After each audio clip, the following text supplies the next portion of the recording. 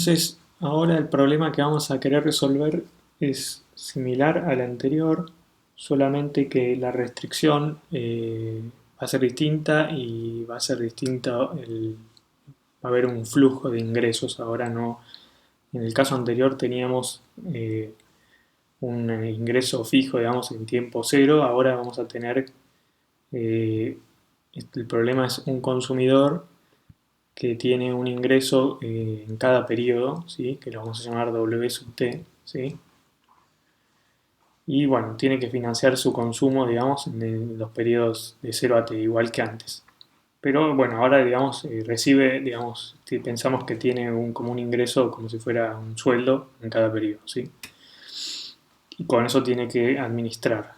Entonces, de nuevo, nuevamente, el consumidor tiene acceso a un mercado de crédito, digamos, puede ahorrar o puede endeudarse a una tasa de interés que es R, ¿sí? O sea, él puede pedir un préstamo o puede poner un plazo fijo y tiene acceso a plata con esa, siempre pagando la misma tasa de interés R. ¿Tá? Bueno, y la función a maximizar es la misma que antes, o sea, la función de utilidad es la misma que en el paso anterior, todo igual. ¿Está bien? Entonces, tenemos que plantear este problema como un problema de optimización con restricciones. Entonces, para eso tenemos que entender cómo escribir la restricción que tiene la gente. Eh, bueno, entonces, esto no es tan trivial, digamos, pero, o sea, de nuevo, esto de plantear la restricción no es parte específicamente de la materia, sino que es algo del problema que no vamos a evaluar, digamos, pero les cuento cómo hay que pensar. Entonces,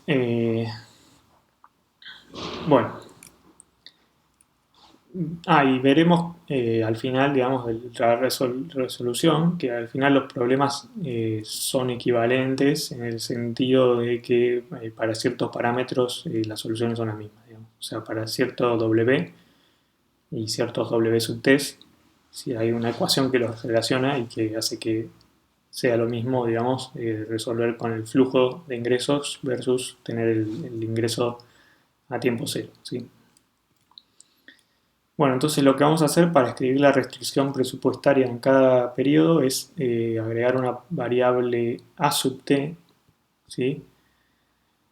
La variable la vamos a llamar a sub t más 1, que es lo que vamos a ahorrar en el periodo t para el periodo t más 1, ¿sí? O sea, yo estoy en el periodo t, entonces voy a tener un ahorro a sub t que viene del periodo anterior y voy a ahorrar una cantidad a sub t más 1 para el siguiente periodo, ¿sí?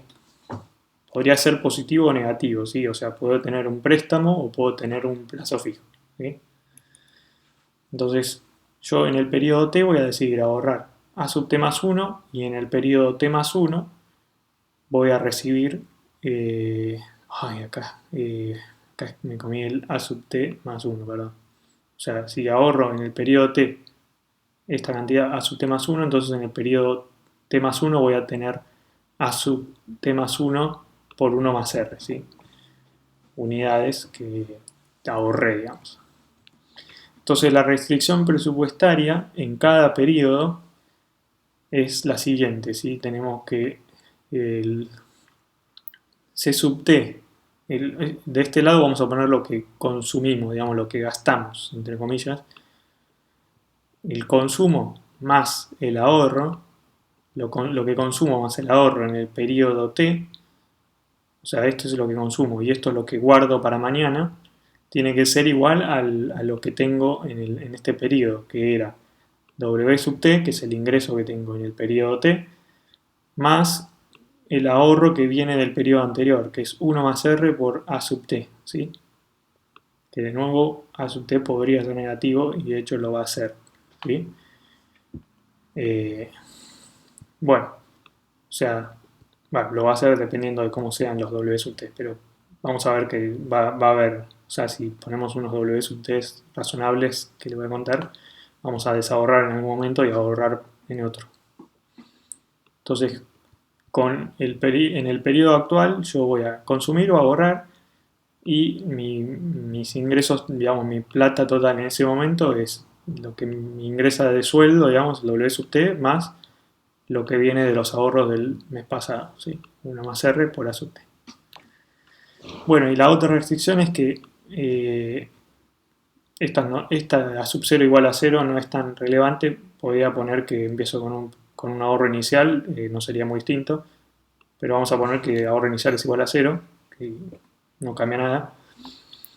Y en el periodo T más 1, perdón, en el periodo T, yo tendría que ahorrar, o sea, tendría que ahorrar para el siguiente periodo. Entonces, pero no hay siguiente periodo. Entonces, el ahorro para el siguiente periodo voy a poner que sea 0.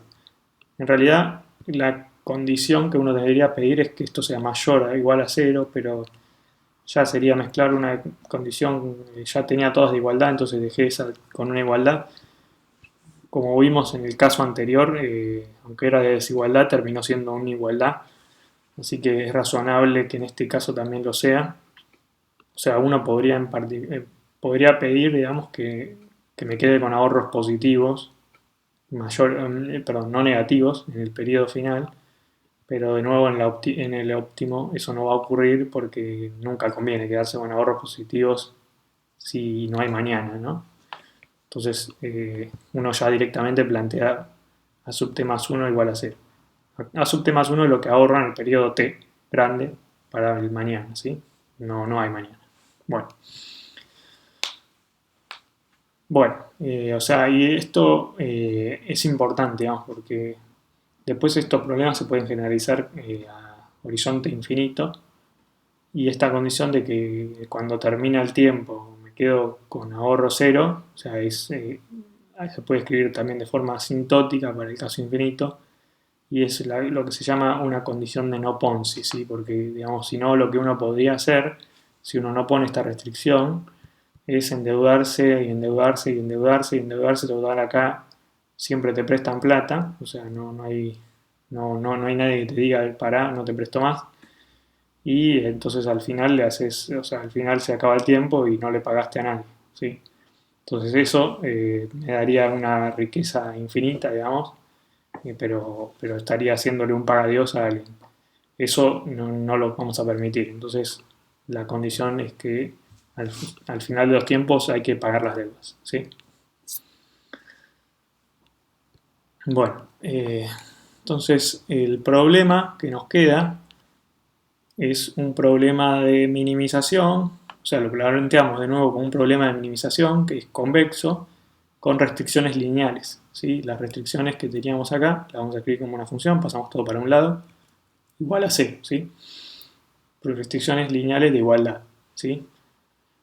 Entonces la función es la misma, ¿sí? Tenemos t más 1 restricciones de igualdad, que son estas, y estas dos, digamos, que en realidad podemos pensar como si esas variables no existieran, digamos, las ponemos ahí para simplificar la notación, pero podríamos escribir distinto la primera condición y la última, y es lo mismo.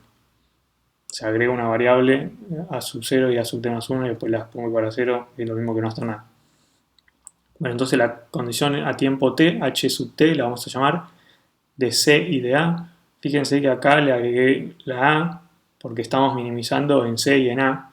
O sea, el óptimo acá va a depender de las dos variables, hay que encontrar el c y el a.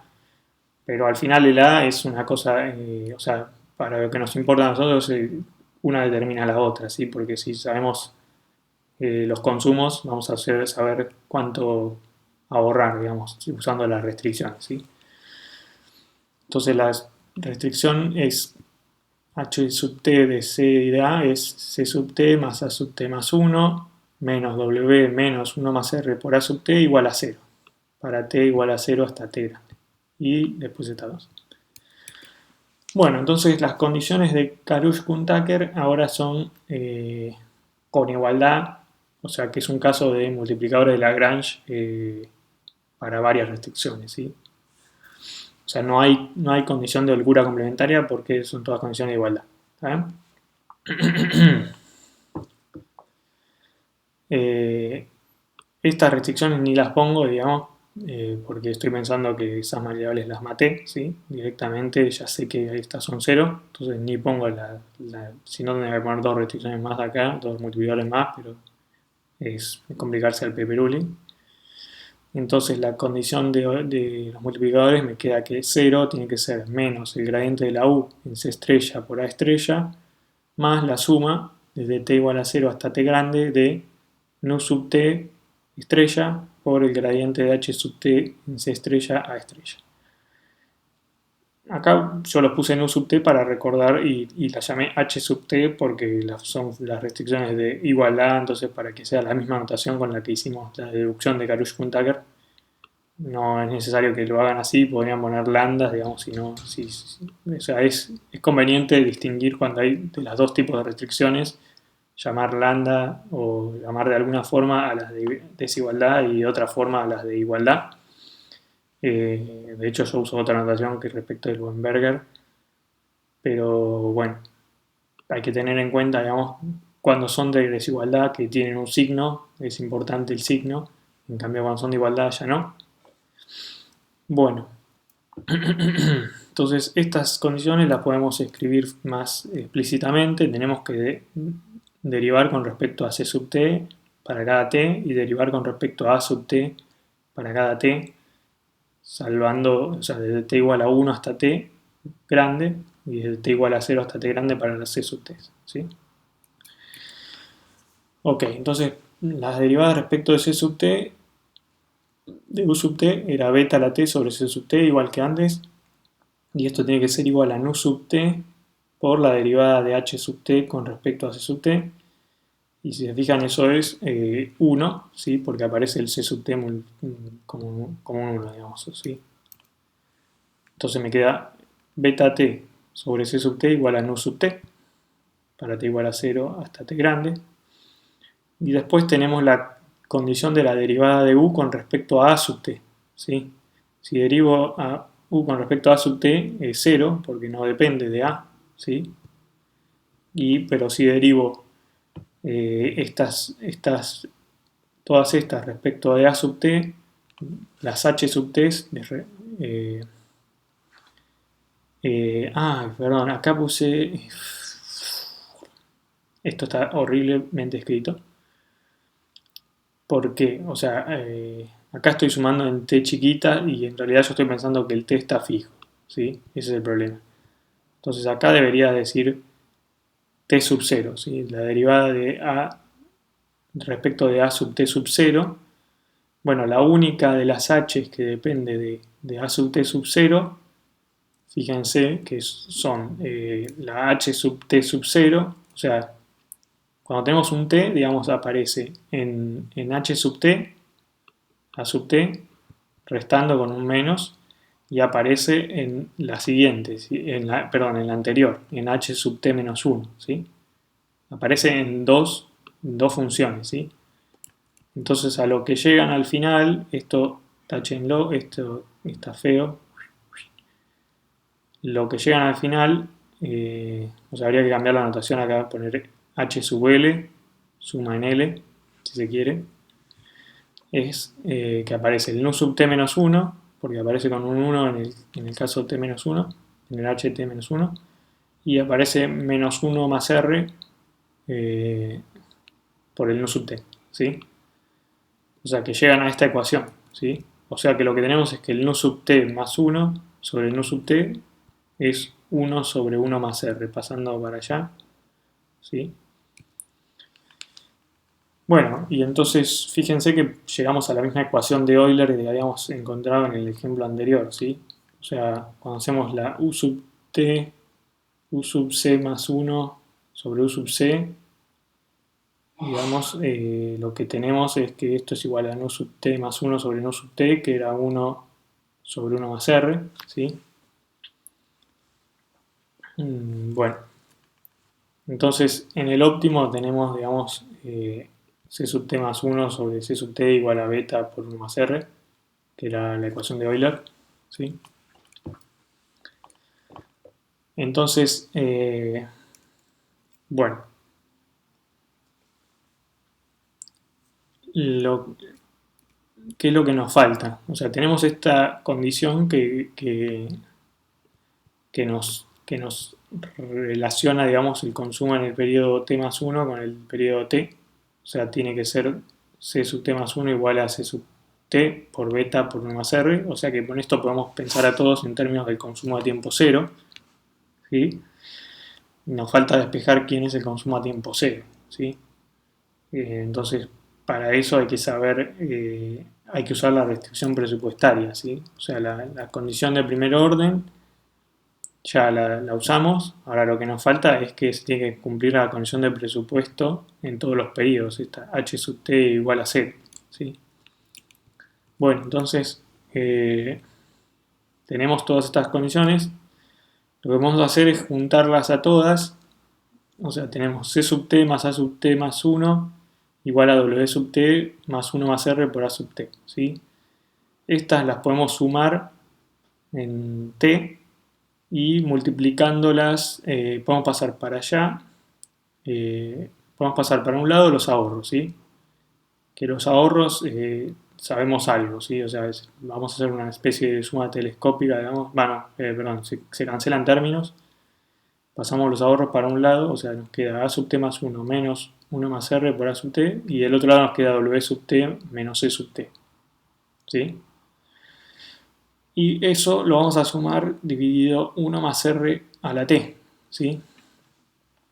Entonces, si hacemos esta suma, lo que nos queda del otro lado es a sub t más 1 sobre 1 más r a la t, de t igual a 0 hasta t, y menos a sub t por 1 más r a la t menos 1, ¿sí? Y acá se cancelan todos los términos, salvo el último de esta suma, que aparece el a sub t más 1, sobre 1 más t a la t grande, y el primero de esta, que aparece la sub 0, ¿sí? Que no están en las dos. O sea, pero bueno, estos dos términos son 0, por hipótesis, a sub 0 y el a sub t más 1 eran 0, entonces esto da 0. Con lo cual, de acá despejamos la siguiente condición, ¿sí? C sub t sobre 1 más r a la t tiene que ser igual a w sub t sobre 1 más r a la t sumado en t, ¿sí? De nuevo, esto de la restricción quizás es un poco específico del tema, cómo deducirlo. Bueno, pero lo que me está diciendo esto es que si lo piensan, era esto, si se acuerdan, yo les había dicho, era el consumo en tiempo presente, el valor del consumo a tiempo presente, y esto que está del otro lado es el valor de mi flujo de ingresos a tiempo presente. ¿Sí? Es como si yo agarrara y dijera, bueno, tengo todo este flujo de ingresos a futuro, ¿cuánto vale para mí hoy? Bueno, lo miro hoy en día y hoy en día vale esto, ¿sí? Tengo que descontar como 1 más r a la t, ¿sí? O sea, ¿cuánto vale en el mercado? ¿No? ¿Cuánto vale para mí? Para mí sería con el beta, pero en el mercado vale esto. Entonces, esta es la condición de la restricción. De acá, usando que ya sabemos que los C sub t en términos de C sub 0, obtenemos la ecuación, digamos, para despejar el C sub t. ¿Sí? Y es exactamente la misma solución que en el caso anterior. Si lo que hacemos es llamar a W, llamamos W a la riqueza total en valor presente, ¿sí? O sea, W es esta suma de W sub t sobre 1 más r a la t. Entonces la solución es la misma que en el ejemplo anterior. Eso, en ese sentido yo les decía que los dos problemas son equivalentes, o sea, la misma solución tienen de los C sub t si llamamos W a esta suma, ¿sí? O sea, dado el flujo y hacemos esta suma, el W me da un valor presente y eso es lo mismo que si me hubieran dado la herencia en tiempo cero y yo la tengo que administrar. Bueno, entonces la solución de los C sub t es la misma, no voy a hacer la misma deducción, pero acá tenemos también que encontrar la secuencia de los ahorros óptimos, ¿sí? Los A sub t estrella, ¿sí? Pero los A sub t estrella, como le dije, se pueden encontrar usando la restricción presupuestaria, ¿sí? O sea, acuérdense que en cada periodo teníamos esta restricción, C sub t más A sub t más 1 igual a W sub t por 1 más R por A sub t. Entonces, en el periodo 0 tenemos C sub 0 más A sub 1 es igual a W sub 0 más 1 más R por A sub 0, ¿sí? Pero A sub 0 es 0. Entonces de ahí despejamos que el A sub 1 estrella es W sub 0 menos C sub 0. Después, si ya tenemos el A sub 1, entonces el A sub 2, acá me conviene estrella es W sub 1 menos C sub 1 más 1 más R por A sub 1, ¿sí? O sea, acuérdense que teníamos esto de este lado, paso el C para el otro lado y despejo. En general, o sea, si ya tenemos el ahorro a tiempo t, lo despejamos pasando el C sub t restante. O sea, A sub t más 1 estrella es W sub t menos C sub t estrella más 1 más R por el A sub t estrella. Entonces, tenemos una fórmula, digamos, por recursivamente, podemos, o sea, o iterativamente podemos encontrar todos los A sub t, ¿sí? Esos A sub t van a depender de cómo es el flujo, ¿sí? Mientras que los E sub t en realidad no dependen de cómo es el flujo, sino que solo dependen del valor presente del flujo. ¿Está bien? Acá les puse que bueno, los problemas son equivalentes, al menos para los E sub t. Y la intuición, y creo que ya también les conté, la intuición es que no importa cuándo recibimos el dinero, sean ahorros a tiempo cero o un flujo de ingresos, si ya los conozco de antemano, digamos, y tengo acceso a un mercado financiero, de pedir prestado plata o ahorrar, es lo mismo tenerlo a tiempo cero que tenerlo a tiempo t, ¿sí? O sea, es lo mismo módulo su valor presente, si la plata se convierte, se transporta. Bueno, entonces les hice un ejemplito y ahora les muestro los resultados en el que pensamos que pensemos que la persona está planificando toda su vida, digamos, o sea, el tiempo 0 a t, yo pensé que 0 es a los 20 años empieza a trabajar la persona y t grande es 80, o sea que planea en principio vivir hasta los 100 años, ponele. Y bueno, les puse que esto, o sea, obviamente el problema es muy simplificado y uno ya sabe los W sub t de antemano, ¿sí? Pero uno podría pensar, sino que son expectativas y hay problemas similares, digamos, más generales y estocásticos de este tipo. Entonces, acá les puse los W sub t, que va a ser, digamos, como los distintos ingresos que va a tener a lo largo de la vida. Cuando empieza a trabajar a los 20 años, quizás todavía está estudiando y tiene un trabajo de tiempo de part-time y no gana mucho, entonces yo le puse que esto, digamos, cada periodo es un año, entonces le puse que cada año estaba ganando, no sé, $12.000, que sería como $1.000 por mes. Después, a los 30 años, ya deja de estudiar y se pone a trabajar en serio y ahí ya le dan un aumento y pasa a ganar $3.000. Después ya se vuelve senior y le vuelven a aumentar y pasa a ganar $5.000 por mes. Entonces, y bueno, y después ya es super senior, se vuelve, no sé, director ejecutivo de la empresa y pasa a cobrar $7.000 por mes. Una cosa así. Bueno, entonces, si tiene este flujo de ingresos y le ponemos beta igual a 1 más R, o sea que está indiferente con respecto a la tasa de interés del mercado, o sea que para él le da lo mismo tener $1 hoy o $1 por 1 más R en el siguiente periodo.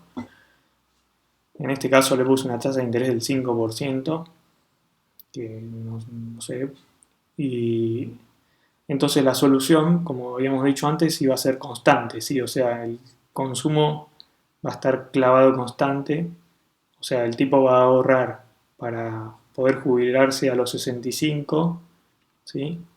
Y pagarse toda su jubilación con los ahorros.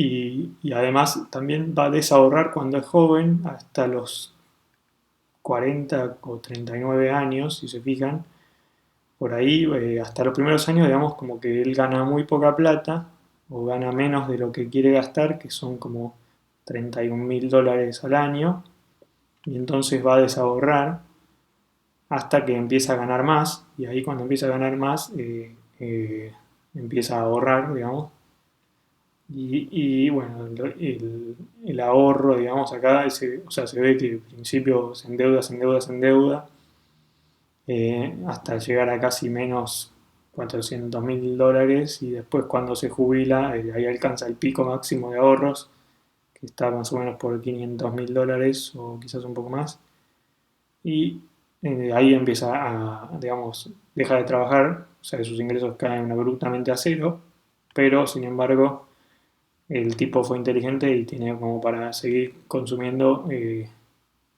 mismo nivel hasta los 100 años, ¿sí? O sea, con seguridad o bastante seguro va a morir con este ingreso fijo y si no le quedará la herencia a alguno de sus hijos si se muere antes. Bueno, entonces esa es la solución. Es interesante ver el flujo de ahorros en este caso porque la solución del consumo es constante, ¿sí? El flujo de ahorros es un poco más interesante. Y acá les puse si cuando la tasa de interés del mercado es más alta que la de nuestras preferencias, o sea, cuando valoro más la tasa de interés, eh, cuando me dan una tasa de interés que para mí conviene, o sea, prefiero tener un dólar con 105 dólares el siguiente periodo que tener, o sea, para mí mi indiferencia es tener 103 dólares mañana, el año que viene, que 100 dólares hoy y me ofrecen 105, entonces voy a ahorrar más y voy a tener un consumo creciente en el tiempo, ¿sí? Entonces, si se fijan acá, lo que tienen es que empieza consumiendo alrededor de 20.000 dólares al año, o por ahí más o menos. O sea, sigue endeudándose al principio, o sea, si se fijan, hay un endeudamiento, acá no se ve tanto quizás porque el eje se fue hasta -1.000, menos 1.000.000, o sea, esto está en miles, todo en miles. Y entonces empieza consumiendo 20.000, se endeuda un poco, menos que antes, creo, y empieza a ahorrar más. Y, si se fijan, bueno, los ahorros llegan al momento de jubilarse, llegan a casi del orden de 1.000.000 de dólares y se jubila con ese 1.000.000 de dólares. Y fíjense que empieza, o sea, al momento de jubilarse a los 65 años, que es por acá, no está consumiendo al máximo, sino que va a ir aumentando su consumo porque la tasa de interés le conviene, digamos, consumir menos hoy y ahorrar más, ¿no? Entonces va desahorrando, pero de forma tal que cada vez consume más, ¿sí? Y cuando se está casi por morir, está consumiendo a casi 100.000 dólares por año, ¿sí? O sea, se retira casi con 100.000, consumiendo 100.000 dólares por año. Bueno, ok, ese es el problemita. O sea que vieron que es casi lo mismo, pero de dos formas distintas, o sea, planteado distinto, uno con restricciones de igualdad y otro con restricciones de desigualdad. Bueno, y otro que les quería contar rápidamente es el problema de el consumidor que habíamos visto, les había contado más o menos en la práctica cero, o en el repaso, digamos, cuando habíamos visto los multiplicadores de Lagrange. Entonces ahora teníamos una función de utilidad de Rn en R y pensamos que es un solo periodo ahora, ¿sí? Es como que en un periodo tengo n bienes, x1, x2, x3 hasta xn, tengo los precios, p sub 1 hasta p sub n, y tengo una riqueza W, y lo que tengo que consumir tiene que ser tal que p sub t por x tiene que ser menor o igual a W, y además tengo que el consumo tiene que ser mayor o igual a cero. Esta condición la habíamos ignorado en la solución en principio porque no teníamos multiplicador de Lagrange. Y no teníamos Karush-Kuntagl, digamos. Entonces, tenemos todas esas restricciones. Entonces, el problema es minimizar menos u sujeto a la restricción presupuestaria, P sub t, perdón, P traspuesto por X menos W menor o igual a 0, y menos XY menor o igual a 0, ¿sí? Para I igual 1 hasta N. Entonces, el problema resulta ser convexo si solo si la U es cóncava, ¿sí? Entonces, las condiciones de Karush-Kuhn-Tucker de este problema, vamos a tener un multiplicador lambda mayor a 0, que va a ser lambda igual a lambda 0, lambda 1 hasta lambda n.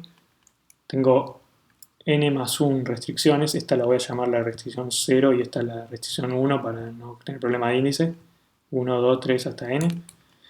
Entonces, si plantean las restricciones acá, yo ya les puse los gradientes, lo que dan. La restricción la condición del gradiente es 0, tiene que ser menos el gradiente de la U, más lambda 0 por el gradiente de la primera restricción respecto de X, que es P traspuesta, ¿sí? Más lambda I por el gradiente de la restricción iésima, que era menos XI, o sea que es el menos E sub I, ¿sí? Y después tengo las condiciones de holgura complementaria, que son lambda 0 estrella por la restricción presupuestaria P sub t por X estrella menos W igual a 0, y lambda I por XI igual a 0, ¿sí? O sea, la primera ecuación la podemos reescribir de la siguiente forma, o sea, como n ecuaciones, la derivada de u respecto a xi en x estrella tiene que ser lambda 0 por p sub i menos lambda i estrella, ¿sí? Las condiciones de holgura complementaria lo que nos dicen es, o sea, estas condiciones, me falta esta, hay n más 1, condiciones de holgura complementaria, estas me dicen que si xi estrella es mayor a 0, entonces los lambda i tienen que ser 0, ¿sí? O sea, si tengo una solución con xi, con cada bien que consumo positivo, entonces los lambda i tienen que ser 0. Entonces, por ejemplo, si tenemos esta condición, que la derivada del u con respecto a xi, cuando xi se va a 0, es más infinito, entonces esto nunca va a pasar, o sea, nunca va a pasar que xi se haga 0, o sea, las soluciones van a ser interiores. Entonces, o sea, piensen en eso un segundo si quieren, es un lindo ejercicio. La solución va a ser interior, o sea, cada xi tiene que ser positivo, porque si no, no sería el mínimo, digamos.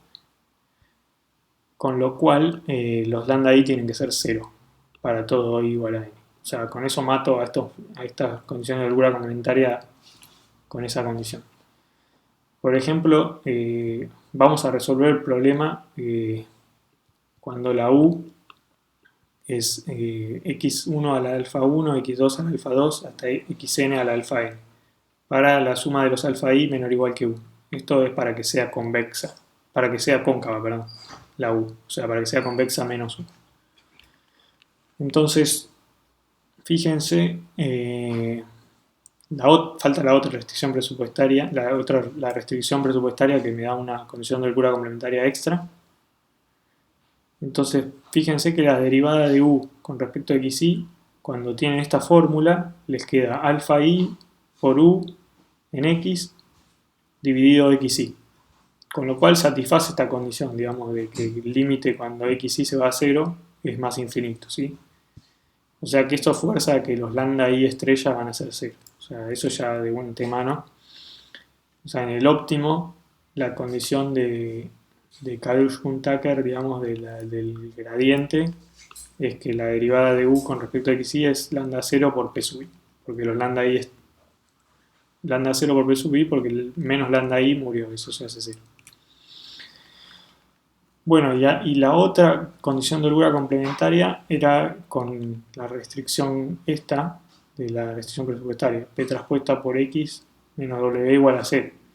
Pero también se tiene que cumplir necesariamente, ya que si no se cumple, o sea, la condición de holgura complementaria de KKT me dice que lambda 0 estrella tendría que ser 0. Pero si lambda 0 es 0, volvemos a esta ecuación y me queda 0 por P sub i entonces me queda que la derivada en el punto debería ser 0. Pero las derivadas en cualquier punto en el primer cuadrante no son 0, ¿sí? O sea que eso no puede pasar. O sea que esta restricción se tiene que cumplir con igualdad, ¿sí? Bueno, entonces el lambda 0 es positivo, ¿sí? Entonces podemos, digamos, de estas condiciones dividirlas, ¿sí?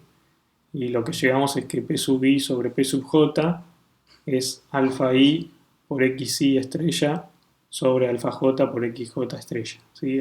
Usando esta formulita que ya encontramos para las derivadas, ¿sí? Bueno, y de ahí podemos despejar todos los bienes en términos del primer bien, ¿sí? O sea, el XI estrella va a ser P sub 1 por alfa I sobre P sub I por alfa 1 por X1 estrella, ¿sí? O sea que si encontramos el primero, tenemos una fórmula para todos los demás. Bueno, pero de nuevo tenemos que usar, entonces, que ya sabemos que se cumple la restricción presupuestaria con igualdad. P transpuesta por X estrella es igual a W.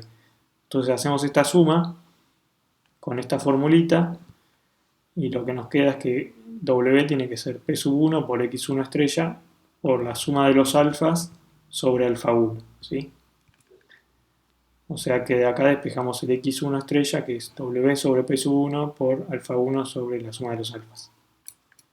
Más generalmente, si usamos esta fórmula de nuevo, los XY estrella tienen que ser W sobre P sub I por alfa I sobre la suma de los alfas, ¿sí?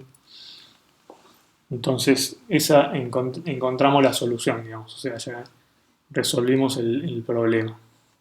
Fíjense que, bueno, o sea, intuitivamente, digamos, el consumo aumenta, o sea, el XY va a aumentar si aumenta W y va a disminuir si aumenta el precio del bien, ¿sí? Y también aumenta, o sea, si los alfas son más grandes va a aumentar, digamos. Esos alfas me dicen qué tan importante es para mí un bien respecto de los otros, ¿sí? Bueno, con eso terminamos.